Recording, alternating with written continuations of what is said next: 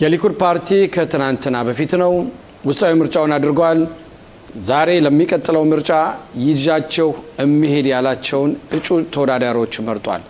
በቅድሚያ እንዴት አየው? ከባለፈው አሁን በክኔሴት ከሚያገለግሉት ጋር ልዩነት አለው ወይስ የለውም? በእውነት ጠቅላይ ሚኒስትሩ የፈለጉት አገኙ ማለት ይቻላል? በአጠቃላይ ሁኔታ እንግዲህ ጠቅላይ ሚኒስትሩ ራሳቸው ደስተኛ ነኝ ብለዋል። እንግዲህ ከሳቸው በላይ ራሳቸው ካሉ ምንም ማለት አንችልም። ያም ሆነ ይህ በእውነት ትንሽ ለወጥ ያለ መሰረታዊ ባለፈው ክኔሴት ዋና ዋና ቦታዎችን ይዘው የነበሩት ተከራካሪዎች ድምጻቸውን ጮክ በማድረግ የሚናገሩ የክኔሴት አባላት ቁጥር በአሁኑ ከአንድ እስከ አስረኛው ነው ከአስረኛው እስከ 20ኛው ባለው ቦታ ላይ የመነመነ ነው። ካለፈው ሲነጻጸር በጣም ልዩነት አለው።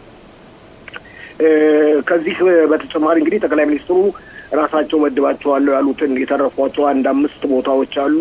እነዛ ቦታ ላይ ምደባ ካደረጉና ከፈጸሙ በኋላ አጠቃላይ ሁኔታን ማየት ይቻላል። ግን በአጠቃላይ ሁኔታ ስንመለከት ጠቅላይ ሚኒስትሩ ደስተኛ ነኝ ብለዋል።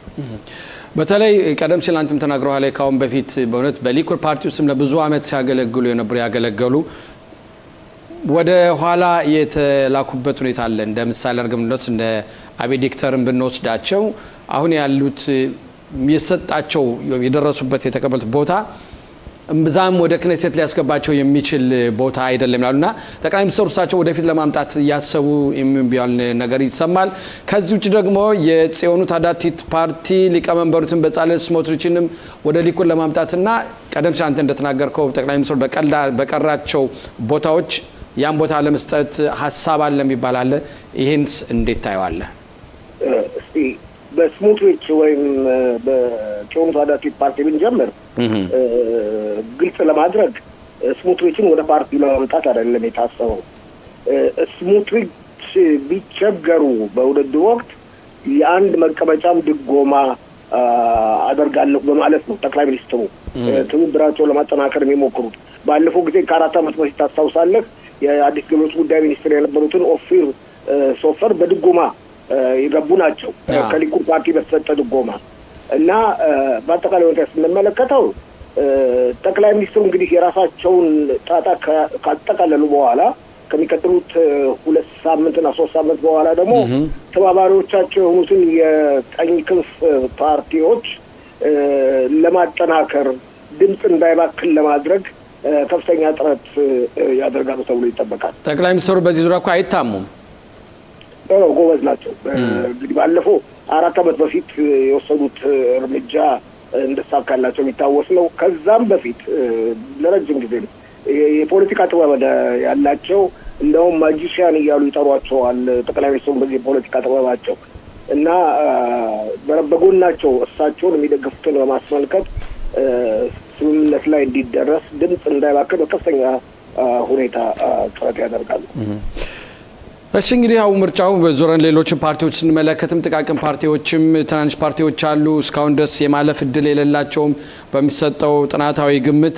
ይሄ ሁሉ በእውነት እየተዋህዱ በአንድ የሚሆኑበት መንገድ ካልመጣ ያው ሁሉም በሚፈልገው ብዙ ድምፅ ሊባክን ይችል ይሆናል የሚል ግምታዊ ሁኔታ አለ ካሁን በፊት። ይህስ ሊሆን ይችላል ብለህ ታስባለህ ወይ? እንግዲህ ግምት ያለው ከ5 እስከ 7 መቀመጫ የሚሆን ድምፅ ሊባክን ይችላል ነው የሚባለው። ስለዚህ ያ ሁኔታ እንዳይደርስ እንግዲህ አሁን የሚጠበቀው መስከረም 7 ቀን ነው። መጨረሻ ላይ ማን ይወዳደራል የሚለው ጥያቄ ነው። አሁን ሁሉም ይወዳደራለሁ ምንም ቢልም እስካልተመዘገበ ድረስ መወዳደሩ የተረጋገጣል ነው ከቋሚ የፖለቲካ ፓርቲዎች በክኔሴት አስቀድሞ ከነበሩት በስተቀር። አዳዲሶቹ አሁን በአየር ላይ ነው የሚናገሩት።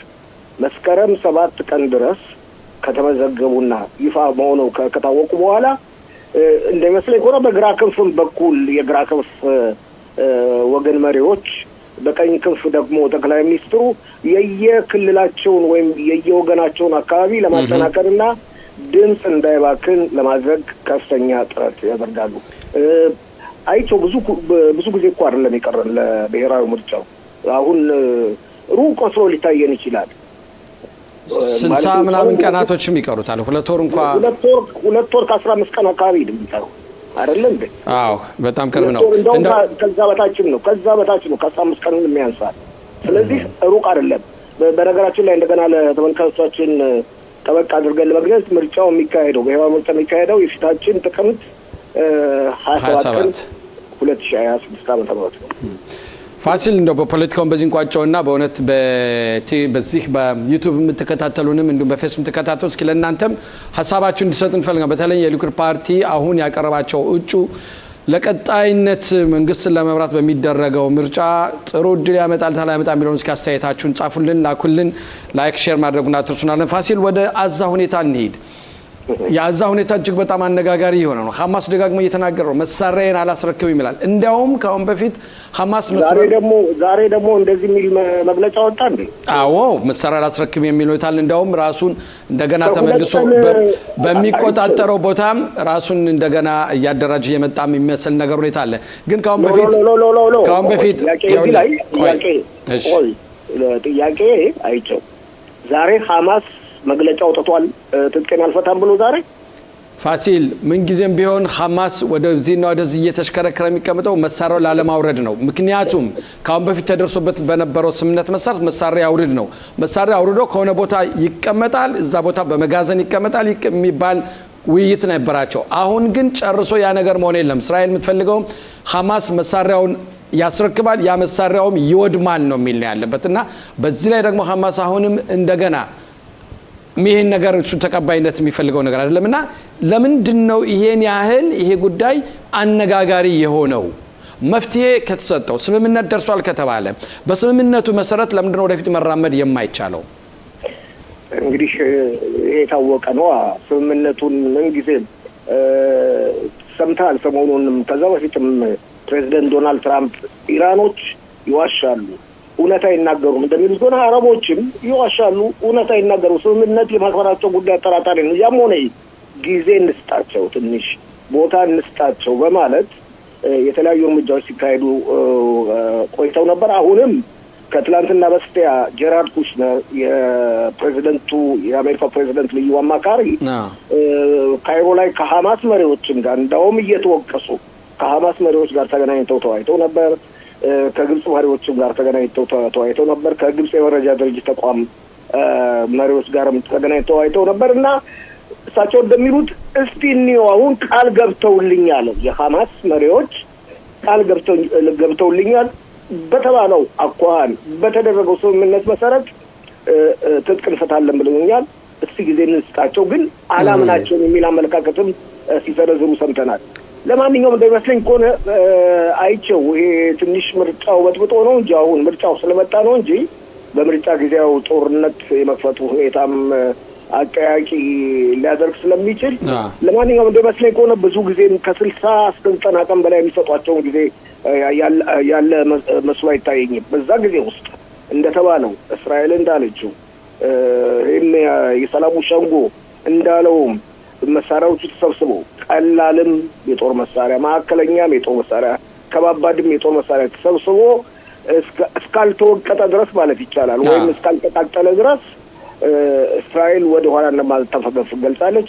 እንደውም እኮ እስራኤል እየዛተች ነው ቀስ በቀስ ከመጀመሪያው ከነበረው ከያዘችው ግዛት እያስፋፋች የመጣች ነው። 60 ደርሳለች። ከ60 አልፋ ወደ 70 ነው እየጠጋች ነው የሚባለው። ስለዚህ ሐማስ አማራጭ የሌለው ሁኔታ ላይ ነው። በዚህ ላይ ፋሲል ሐማስ አሁን ያለበት በተለይ ያሉትን 30% የሚባሉትን የሚቆጣጠሮች ቦታ ውስጥ መከላከያ ሰራዊታችን ያልደረሰበት ቦታዎችና እዛ ደግሞ በየቤቶችና በተያሉትን መሬት ውስጥ ዋሻዎች እንዳሉና እዛም የተለያዩ መሳሪያዎች እንዳሉም አሁንም እየተነገረ ይሄንም እነኚህ ዋሻዎችን የመድፈንና የማፈራረስ ትልቅ ኃላፊነትም አለበት። ይሄን ሁሉ በአንድ ላይ አድርጎ ለማቅረብ ሐማስ በትክክለኛ እውነተኛ ያደርጓሉ የሚል ነው። እንደገና ደግሞ ፋሲል ግብጽ ውስጥ አንድ አዲስ መልክ ብቅ ያሉ ነበር ከውይይታቸው መካከልና አልሲሲ ነው መሐመድ ዳህላን ናቸው መሰለኝ ባልሳሳት። አዎ ትክክል ነው። ምን ያደርጋሉ? መሐመድ ዳህላን ከፍልስጤም ነፃ አውጪ ድርጅት መሪዎች አንዱ የነበሩ መሐመድ ዳፍላን የአዛ አካባቢ የፍልስጤም ራስ ገዝ አስተዳደር የመረጃ ድርጅት አዛዥ የነበሩ የአዛ ተወላጅ ናቸው። ከአቡ ማዘን ጋር በመጣላታቸው ምክንያት ኮብልለው ተባበሩት አረብ ኤምሬቶች ኢትዮጵያ ውስጥም ነበሩ ፋሲል። በነገራችን ላይ በፊት አንዳንድ ጊዜ ሊጎበኝ ይችላሉ። ምክንያቱም የተባበሩት አረብ ኤምሬቶች መሪ በጣም ወዳጅ ናቸው። ኢትዮጵያም እንደሚታወቀው የተባበሩት አረብ ኤምሬት በጣም ወዳጅ ነች። እስራኤልም እንደዚህ የተባበሩት አረብ ኤምሬት በጣም ወዳጅ ነች። ስለዚህ ወዳጆች ባሉበት ቦታ ሁሉ እዚህም ቴል አቪቭ አልፎ አልፎ ይመጣሉ እየተባለ ይነገራል። ስለዚህ መዘዋወራቸው ግልጽ ነው። ግን ይህን ያህል የሚጨምረውም የሚቀንስም ነገር የለም። እሳቸው በዚህ በስብሰባው ላይ መኖር ምናልባት አቡ ማዘንን ለመቀየርና በሳቸው ይሄን አዛን ለማስተዳደር የሚሆን ነገር እየተሰራ ይኖራል። ግን በዚህ የካይሮ ስብሰባው ላይ ይህ ነገር ያለ መስሎ አይታየኝም። ይኖራል፣ ግን በካይሮ ስብሰባ ላይ ይህ ነገር ይነሳል ብዬም አልገምትምም። ምናልባት በዛው የሚበስል ነገር ይኖር እንደነበር ማን ያውቃል? እንግዲህ አቡ ማዘን ሁላችንም እንደምናውቀው በጣም ሸምግለዋል፣ አርጅተዋል። እሳቸው ከሞቱ በምትካቸው በጊዜና በወቅቱ ካልተተካ ምናልባት የእርስ በርስ ግጭት ሊፈጠር ይችላል የሚል አመለካከት አለ። የሽብር ፈጠራ ድርጊት ሊፈጸም ይችላል የሚል አመለካከት አለ። ስለዚህ ይሄን ነገር ለማስተካከል ሊሆንም ይችላል። ግን በአጠቃላይ ሁኔታ ትኩረት ተደርጎበት በውይይቱ ተሳተፉ የተባለበት ምክንያት የአዛም ተወላጅ ስለሆኑ ከዛ አልፎ ተርፎ የመረጃ ድርጅት ማዛዥ ስለነበሩ ብዙ እውቀት ስላላቸው በዚህ ጉዳይ አሳትፏቸው ሊሆን ይችላል። ያም ሆነ ይህ ሐማስ አማራጭ የሌለው ወጥመድ ውስጥ ነው የገባው። አማራጭ የሌለው አንድ ቀን ቢስበው፣ ሁለት ቀን ቢስበው፣ ሁለት ሳምንት የትም ሊያመልጥ አይችልም። እሺ ፋሲል፣ ወደ ሶሪያ እንሂድ። ምንድነው እስራኤል ደግሞ ምን ፈልጋ ነው እዛ ድረስ ጥቃት የምታደርሰው? ያው በእርግጥ በዛሬው ዕለት የጠቅላይ ሚኒስትሩ ቢሮ እስካሁን ድረስ በዚህ ዙሪያ ጸጥ ብለው ነበር። ግን በትክክል ይህን ነገር ጥቃት እንደፈጸምን እኛ ነን በማለት አምነዋል። ምንድነው የምትፈልገው? ምን ያባዶ ቦታ ነው? ምንም ድሮ የሶሪያ የጦር ኃይሎች አየር ማረፊያ የነበረ ነው። ምንድነው ያን ሄዶ እንደገና አሁን እዛ ላይ ጥቃት ማድረስ? እንግዲህ ነገር መጫር አይደለም አለው ሀያላን ነኝ ስህተት አትፈጽሚ ሶሪያ ካለሽ ገደብ አትለፊ ማድረግ ከነበረብሽ ድርጊት በላይ ራስሽን ቀና አታድርጊ ለማለት የተደረገ ነገር ነው። ምክንያቱም አሁን ኢራን እየተገረሰሰች ባለችበት ወቅት፣ ሂዝቦላ ድባቅ እየተመታ ባለበት ወቅት፣ ሐማስ ድባቅ እየተመታ ባለበት ወቅት ጠቅላይ ሚኒስትር ቢንያሚን ኔታንያሁ ሆነ የእስራኤል መንግስት ከፍተኛ ባለስልጣኖች አዲስ ካርታ እየነደፉ ነው። በመካከለኛው ምስራቅ ወሰን እየተበጀ ነው። ከማን ጋር አንድ ላይ ይሆናል፣ ከማን ጋር ይተባበራል የሚለው ጥያቄን መልስ ለመፈለግ ከፍተኛ ጥረት እየተደረገ ነው። ይኸው አሁን የሺዎች የሽብር ፈጠራ መንገድ ከተቀለበሰ በኋላ ደግሞ አሁን ደግሞ ሱኒዎች ደግሞ የራሳቸውን መስመር ለመዘርጋት ጥረት ያደርጋሉ ተብሎ ይገመታል። የዚህም ኢራን የሺዎች መሪ እንደሆነችው ደግሞ የሱኒዎች ጉዳይን ደግሞ በመሪነት የምትይዘው ቱርክ ነች የሚል አመለካከት አለ። ሰውየውም ሳውዲ አረቢያስ አርዶዋንም እየደጋገመ እንደሚናገረው ታውቃለህ። ኢየሩሳሌም እሄዳለሁ እገባለሁ ገና አንድ ሳምንት የቀረው ሰውዬ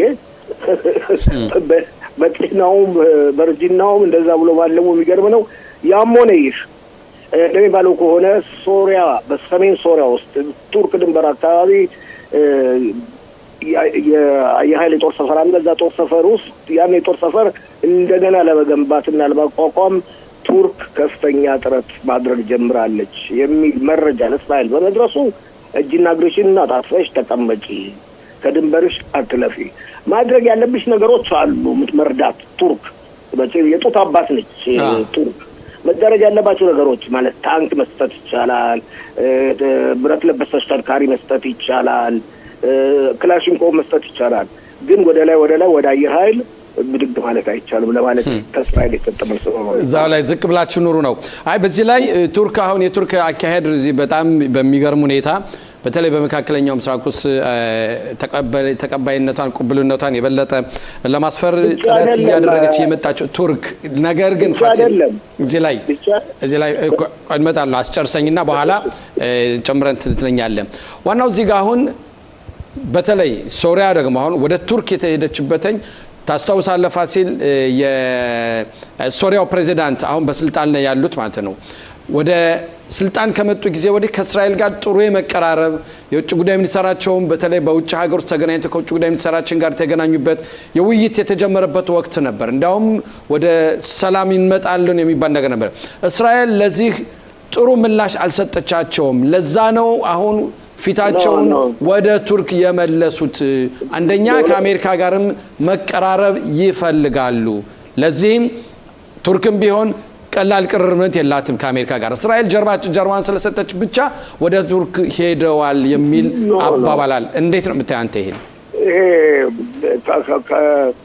እውነተኛ አይደለም ብዬ ነው ወጥቆ ፈልገው። ምክንያቱም አልጁላኒን ደማስቆ ድረስ ያስገቡት ቱርኮች ናቸው። የቱርክ መረጃ ድርጅት በሚለግሰው እርዳታ የጦር መሳሪያ ከዛ በተረፈ ኢድሊብ በተሰኘው ቦታ ላይ ዋና ከተማን አድርጎ ከተቀመጠ በኋላ ለዚህ ለወረራው በሚዘጋጅበት ጊዜ አልጁላኒ ሁሉንም ነገር አሟልታ የሰጠችው ቱርክ ነበረች። ስለዚህ ከመጀመሪያው ጀምሮ ለሁላችንም ግልጽ በሆነ ሁኔታ አልጁላኒ አለ ቱርክ መንቀሳቀስ እንደማይችል ግልጽ ነበር። ይሄ የሚያከራክር አይደለም። እስራኤል ጀርባዋን ስለሰጠች ወይም ጀርባዋን ስላልሰጠች አይደለም። ቱርክ በአጠቃላይ ሁኔታ አሁን እውነት ለመናገር ራሷን እንደ ኤምፓየር አድርጋ መቆጠር ጀምራለች። አስቀድሜ እንዳልኩህም በመካከለኛው ምስራቅ ብቻ አይደለም፣ በምስራቅ አፍሪካም አካባቢ በሰሜን አፍሪካም አካባቢ እንቅስቃሴዎችን ታደርጋለች። ለምሳሌ በምስራቅ አፍሪካ ሶማሊያ ውስጥ ሶማሊላንድ አይደለም ሶማሊያ ውስጥ እሷና ቱርክና ግብጽ የጦር ሰፈር አላቸው። ልክ እዚህ አልጁላኒ ጋር ለማቋቋም እንደሚፈልጉት አይነት ኦኬ። በአንጻሩ ደግሞ ኤምሬቶችና ኢትዮጵያ በሶማሊላንድ የጦር ሰፈር አላቸው።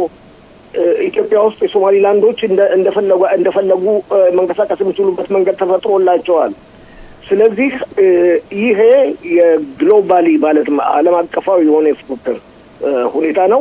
ከዛም አልፎ ተርፎ ሌላው ትልቁ ጥያቄ ደግሞ ባቤል መንደብንም በማስመልከት የተያዘ እንደሆነ ግልጽ ነው።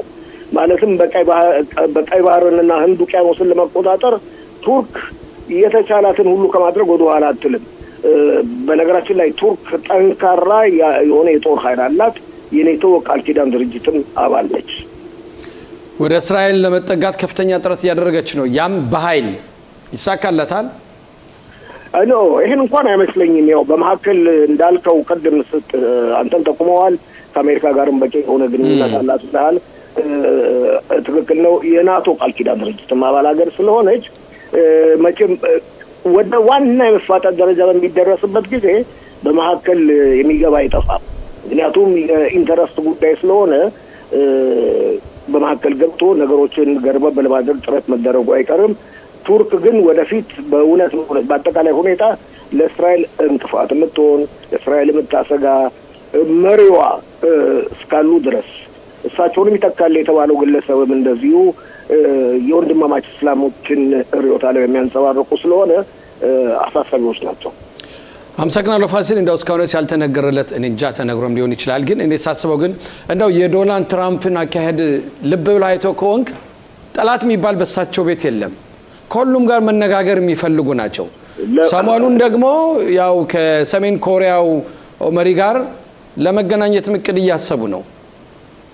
ተገናኝተው አልነበረም እንዴ? ባለፈው ነበር በመጀመሪያ እንትናቸው ጊዜ። አዎ ተገናኝተዋል እኮ። እሳቸው ፖለቲከኛ ሰው ቂም የማይዝ ማን ነው? ቂም የማይዝ ማን ነው? ፖለቲከኛ ነው ማን ነው? ቂም የማይዝ ነጋዴ ነው አይደለም እንዴ? እኮ ነጋዴ ለማትረፍ ነው የሚሰራው። ብር ነው የሚያየው። ስለዚህ እሳቸው ነጋዴ ስለሆኑ ከማንም ቂም አይዙም። ከፑቲንም ጋር ወዳጅ ናቸው። አሁን ከኪም ኢል ጁንግ ጋር ወዳጅ ናቸው። ከሁሉም ጋር ወዳጅ ናቸው። ሁሉንም ያነጋገሩ ኢራኖችን ሲያነጋግሩ አልነበረም። ግን ኢራኖችን አሁን እንደ በፊቱ ሳይመለከቷቸው የሚቀሩ መስሎ ነው የሚታየኝ። ምክንያቱም ደጋግመው ሊገሏቸው ሞክረዋል። ስለዚህ ለመጀመሪያ ጊዜ ማለት ይቻላልኝ ድርድር እያለም ድርድር እየሌለም ከኢራን ጋር ድርድር የለም ብለው የተናገሩበት ሁኔታ አለ። ፋሲል ብቻ ዞሮ በዚህ አጋጣሚ በእውነት ፕሬዝዳንቱን እኔ በበኩሌ ሳላደንቃቸው አላልፍም። ምክንያቱም ቂም የሚባል ነገር ከሁሉም ጋር መነጋገር ከሁሉም ጋር በተሻለ መጠን ያህል በሰላም ለመኖር ያው ከኃይል ጋር ለማድረግ የሚያደርጉት እውነት ትልቅ ትምህርት የሚሰጥ ነው ለሁላችንም። አመሰግናለሁ ፋሲል። አመሰግናለሁ አይቸው።